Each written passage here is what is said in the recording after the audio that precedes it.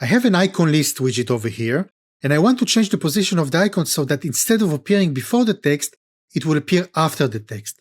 Now, when Elementor introduced the vertical alignment controls a while back, they didn't include an icon position like we have in the button over here, as you can see. So we're gonna need to use CSS. So I'm gonna go to the code page, I'm gonna scroll down to where it says icon list icon position, and I'm gonna copy the CSS class. So I'm gonna highlight and Ctrl-C to copy. Now, we're adding the CSS class because we only want to change this specific icon list without affecting others on the page, okay? So now I'm gonna go back to Elementor, make sure that the widget is selected, go to Advanced, CSS classes, and paste the CSS class over here.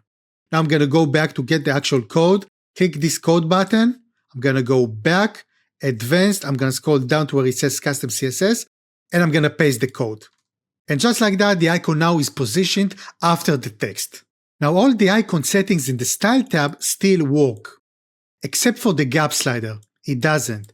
So to adjust the spacing between the icon and the text, we need to do that in the CSS code. So I'm gonna go back to Advanced, I'm gonna scroll down to Custom CSS, and where it says Margin Left, here you can adjust the number. So right now it is set to 3 pixels, let's make it 13 pixels.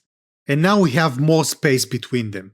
So that is it for this one. Don't forget to like and subscribe, and I'm gonna see you in the next one.